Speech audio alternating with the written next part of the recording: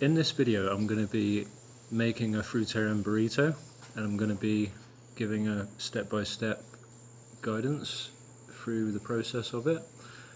I've already made the wraps from dehydrated papaya. I just blended a papaya and put it in a dehydrator, so it's been overnight. So that's how that is. That's what I'm going to wrap it up in. I'm going to make the guacamole now with avocados times 3, 3 tree tomatoes, some spicy peppers.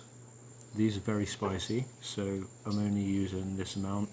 If it's too spicy, because I'll taste test it, if it's too spicy then I'll add another avocado to cool it down. I've already made this mix of crunchy bits to give some crunch to the burrito.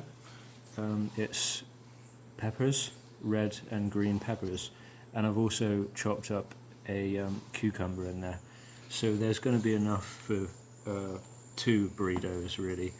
So I've actually got, because 1 papaya makes 2 wraps, so I've got easily enough for 2. So anyway, I'm going to start by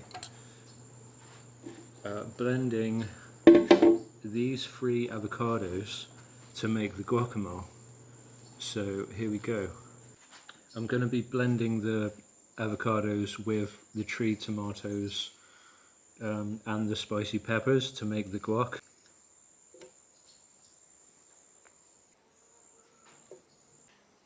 I'm just going to put the spicy peppers straight in the blender to blend it and just make a spicy guacamole.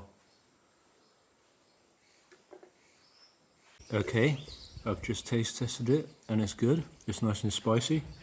Okay, so I've made the guac, I've made the wrap, I've got the crunchy bits together. This guac is spicy.